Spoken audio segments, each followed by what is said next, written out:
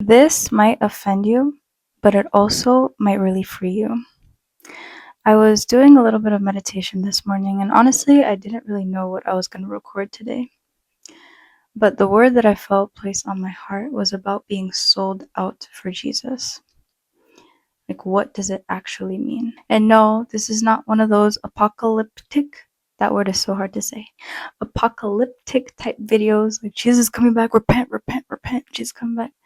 And it's true, he's coming back, but the question is, what does it mean to be sold out while we're here? While we're still living life here on this earth before he comes back with all the majesty. You don't want it to be the week before he comes back, that's when you're living this life called being sold out. But then the question is, what does it mean to be sold out when you're here, right now and in this time? By the way, the sun keeps going in and out. So at sometimes I'm going to look normal, at sometimes I'm going to look extra mighty shiny, but just pretend that's the glory of God on me. In Jesus' name, amen. So I just wanted to ponder this and think about this. Like, what does it actually mean to be sold out? And these are the things that came to my mind. Specifically, keeping your sight and your mind on Jesus. One, there's so many distractions in this world. We are faced with so many big life questions. Things like, what are you doing with your life? Where are you going with your life? What are you trying to accomplish? Are you going to school? Are you doing business? Who are you about to marry? Blah, blah, blah, blah, blah. And while all of those things are part of life, they can take your sight and your mind away from the Lord Jesus, whereby you start entering into these areas or trying to answer these questions without him. Pursuing things in life because that's what people say is great to do. Being a doctor because that's what people said is good. Or chasing these financial breakthroughs because that's where the money is. Running towards an image of marriage because that's what people say is good to do. Rather than having your mind and your sight on what actually God wants you to do. So then once you enter into whatever it is that you enter into, right, that's not just the only thing. That it's not like the goal is getting the job or the goal is marriage. Even in the job, what does it look like to be sold out? Even in the marriage, what does it look like to be sold out? How do you juggle the responsibilities of the thing that maybe you're asking for or even God is putting on your heart while making sure you're still being sold out for Christ? And I think that's oftentimes some of the struggles that we have that we don't talk about, or maybe we don't think enough. And in my meditations, I was just thinking, being sold out for Jesus is having your mind fixated on him first. In that job, he has a purpose for you there. In that marriage, he has a purpose for you there. There's responsibilities and actions that are needed from you for sustaining that thing, for being in the job, being in the marriage. It's not necessarily that it has to be either the job or Jesus, either the marriage or Jesus, but it's Jesus inside the job. It's Jesus inside the marriage. Jesus is the foundation of all of these things. And those avenues are ways that Jesus can minister or touch or deliver or use to glorify himself. So if I enter into it that way, the purpose of my job, the foundational reason for it is Jesus. There's going to be things that I have to do in my job, right? Whether it's like talking to people, focusing on these things, Excel spreadsheets, blah, blah, blah, right? But if my focus stays on the purpose of why I'm here and what I'm doing is to glorify and magnify Jesus, then he becomes the first in all the things that you're doing.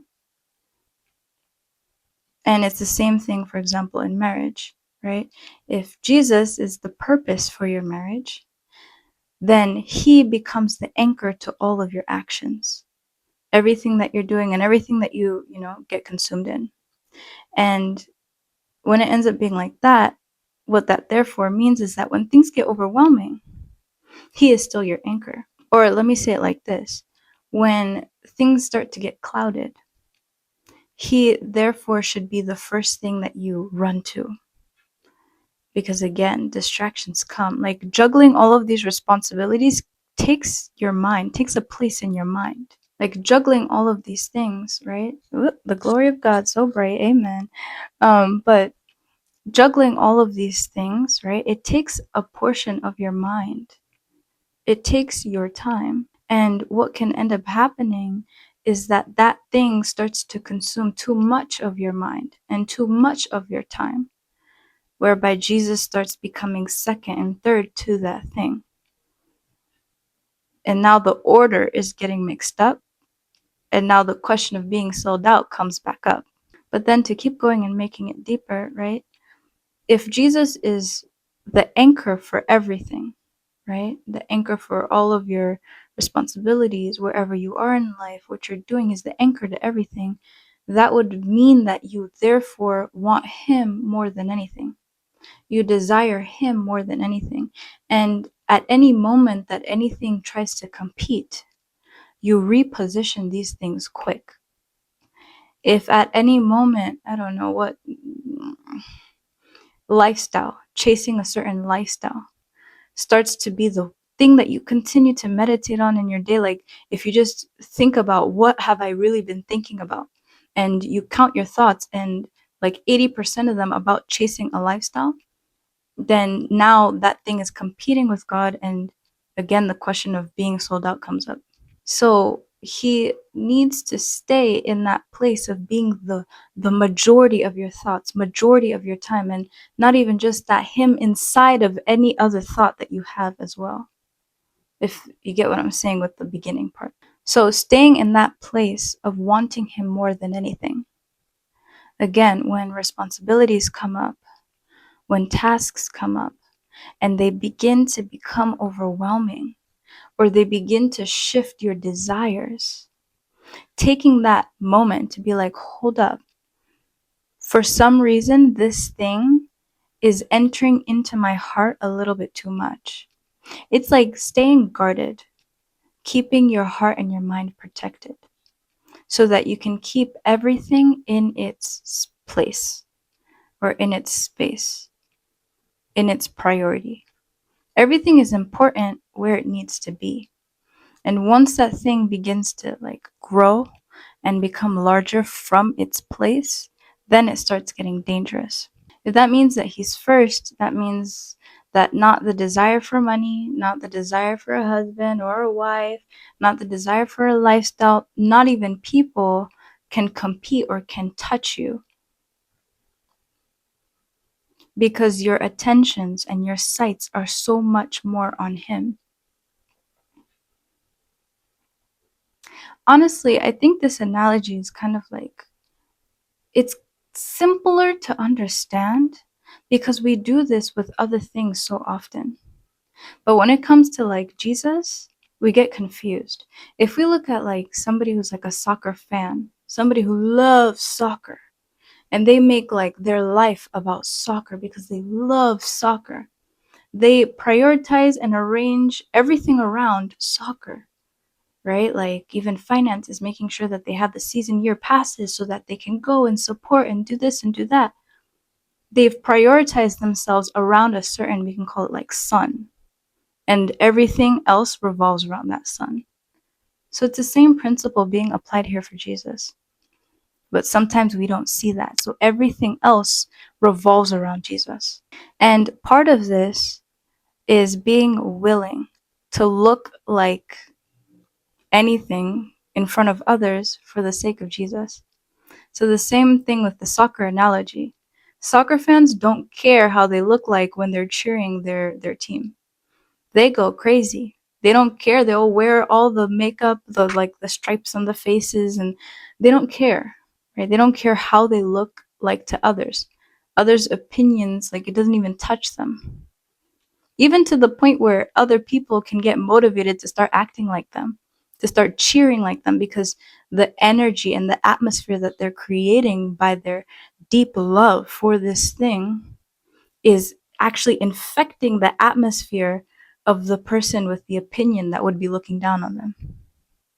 So it's the same principle that we'd be applying here for Jesus. Not caring what anybody else thinks, how anyone might perceive me, and being so crazy, so sold out for him that I even start infecting others and their atmosphere. Like, your atmosphere can't touch my atmosphere. Actually, matter of fact, come closer, because if you come closer to me, you're going to receive a little bit of Jesus. Whether it's by sight, sound, or even just by feeling, you're going to feel him, because I am that sold out. And I feel like part of this, to be honest, has to do with, like, and I have videos about it. You guys can go and watch it whenever you'd like to, about Jesus being your first love. Like, when something is your first love, there's just a way that you interact with that thing. There's a way that you guard, protect, and oftentimes that like I don't know, being sold out, that kind of love, first love kind of love, is seen when you're in a place where you're juggling so much. And oftentimes, this first love or this sold out nature is honestly actually seen when you have a lot of things to juggle, when there is competition. And just like flow with me, right? If I'm in a place where the only option that I have is to love and interact with you, right? Then yes, of course, I'm going to love and interact with you, but that's because I don't have anything else competing. But when I have other things that can compete, but I choose against them, and I continue to hold fast and protect my love for you, then you can see the sold out nature. Then you can actually be sold out. So it doesn't mean, right? I know I don't want to like encourage somebody to be on the other side of Christianity, super religious, never touching anything or anyone, or just being in their own place because Jesus, right?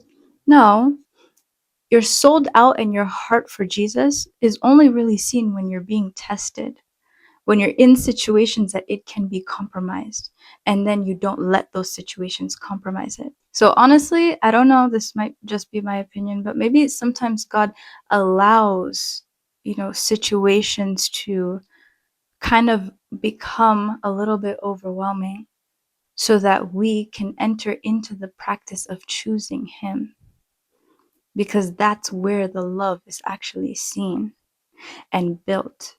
So this was just a little bit of me thinking, talking. It's not like my usual content. This is literally my raw thoughts.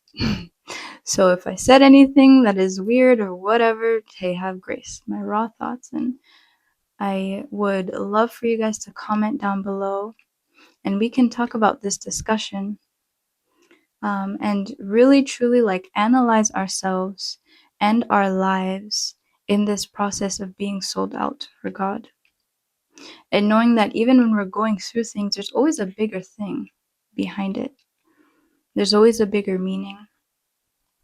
So not to allow like your current situation to bring you down, because there's always something bigger.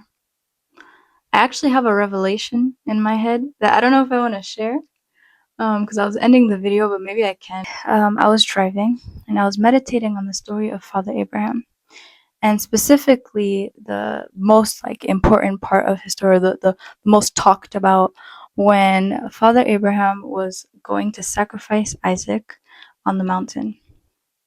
Now, I felt God like reveal this to me in a really, really interesting way.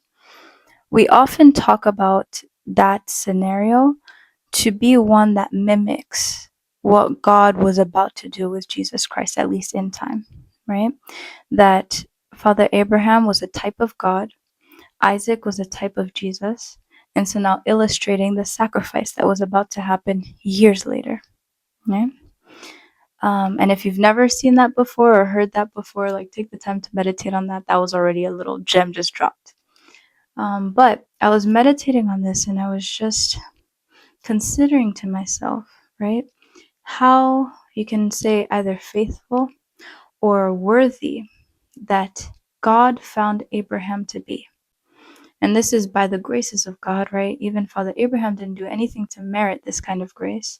But God found Abraham to be worthy enough, like Abraham, his situations, all that he was going through, to be worthy enough to reveal to him and through him to all of creation a mystery that was about to be revealed like 2,000 years later.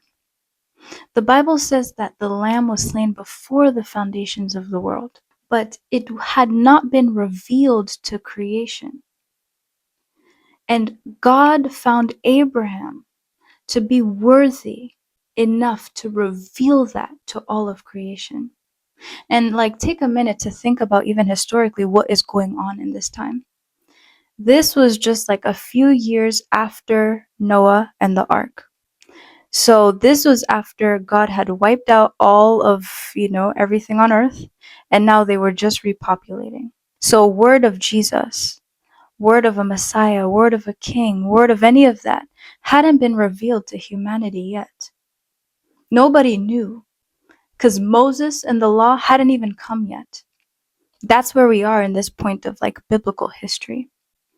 But God found Abraham to be worthy enough to reveal something like that through him and his situation, and again to all of creation. Anyone who peeps it, at least, let's say, Father Abraham was probably like, geez, God, like like he wasn't thinking about, wow, my life just gave an example of the soon coming Messiah that was going to save the world. He probably wasn't even thinking that. But that's how deep God was thinking. And now to like come back to us, right? That means that in our lives and what we're going through, we don't really understand the level that our obedience speaks. It's only like years later when things are revealed, and maybe it might not even be years later. It's only when, tomorrow, when something is revealed, is when we're really going to understand the depth of our actions. But what God asks us is to just be obedient right now. Because there's things that he can't reveal, not because he doesn't want to, but maybe because it's just not time. So with what I was saying, right, everything is much, much deeper than what we think. So whatever you're going through, whatever situation you're in, one, just find the route of obedience. Stay in that place. In your mind, in your heart, just stay there. I know sometimes it's overwhelming, it can be tough, but stay there, because you don't know what the action of your obedience really truly is. You only know like this much, and only will it be revealed later on. So I just say that was a revelation. I hope that blessed you. And I was just saying that to encourage somebody. If you enjoyed this, please make sure to like, comment, subscribe. I do love hearing from you guys and commenting, having little chit chats in the comments. So please comment, and make sure you subscribe. It really, really, really helps. I love you guys all. Know that God loves you even more, and that you are highly, highly blessed. Stay blessed.